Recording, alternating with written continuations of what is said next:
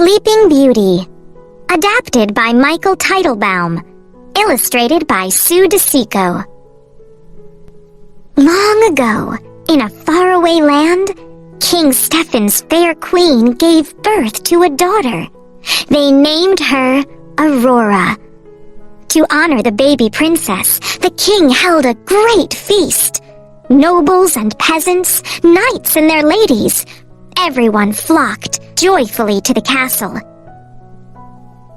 King Stephen welcomed his good friend King Hubert to the feast.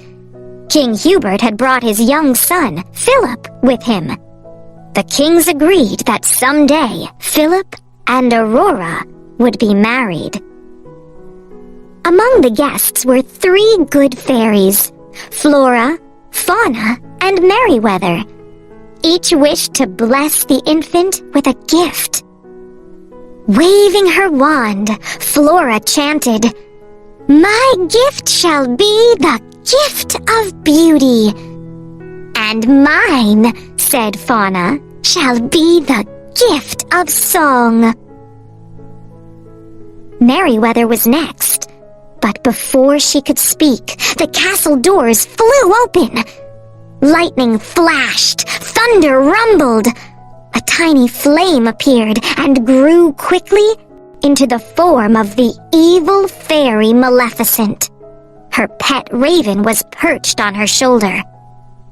Maleficent was furious, for she hadn't been invited to the feast. "I too shall bestow a gift on the child," she said with a sneer. "She shall indeed grow in grace and beauty. But before the sun sets on her 16th birthday, she shall prick her finger on the spindle of a spinning wheel and die." With a cruel laugh, Maleficent vanished. Everyone in the room was grief-stricken. But Merryweather still had a gift to give, and she tried to undo Maleficent's curse. She said to the baby, "If through this wicked witch's trick a spindle should your finger prick, not in death, but just in sleep, the fateful prophecy you'll keep, and from this slumber you shall wake, when true love's kiss the spell shall break." King Stephen ordered that every spinning wheel in the land be burned, but he still feared the evil fairy's curse. So the good fairies hatched a plan. They would take Aurora to live with them deep in the woods, safe from Maleficent. The king and queen agreed. They watched with heavy hearts as the fairies hurried from the castle, carrying the baby princess. To guard their secret, the fairies disguised themselves as peasant women and changed Aurora's name to Briar Rose. The years passed quietly, and Briar Rose grew into a beautiful young woman. At last, the princess reached her 16th birthday.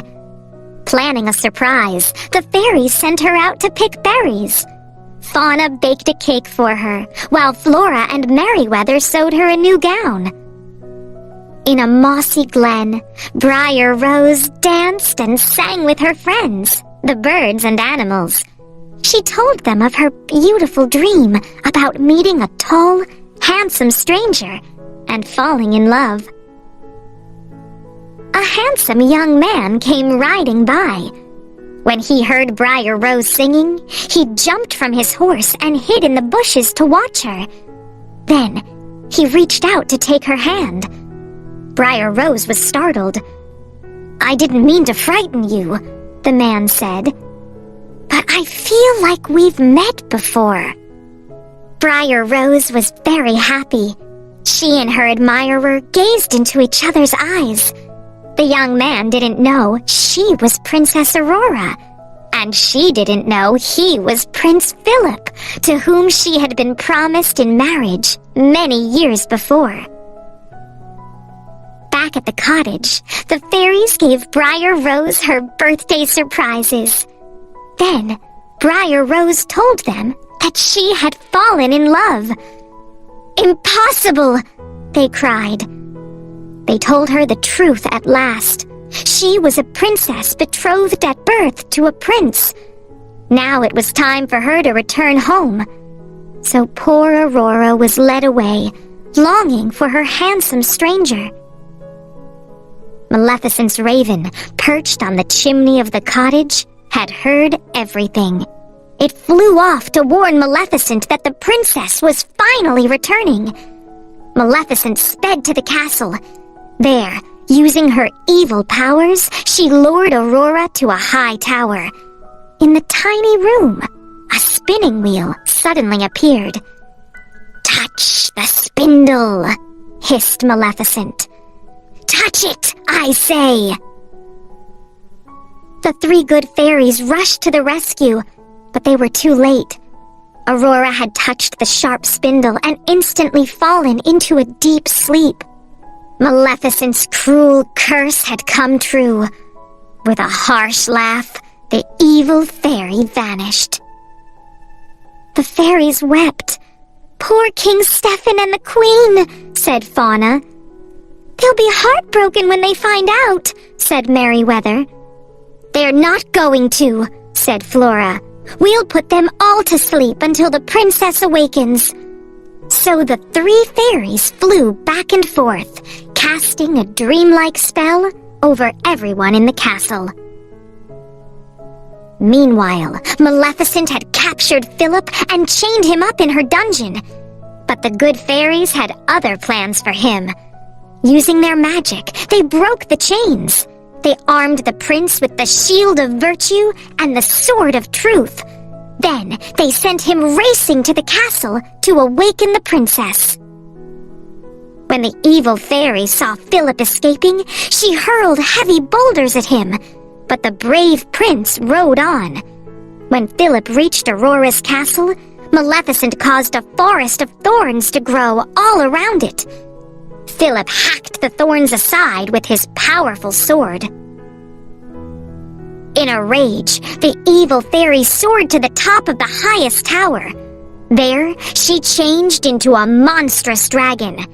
"Now you shall deal with me, O prince!" she shrieked. Maleficent breathed huge waves of flame. Philip ducked behind his strong shield. Thunder cracked, flames roared around him. The prince fought bravely. Guided by the good fairies, he flung his sword straight as an arrow. It buried itself deep in the dragon's evil heart, and the beast fell to its death.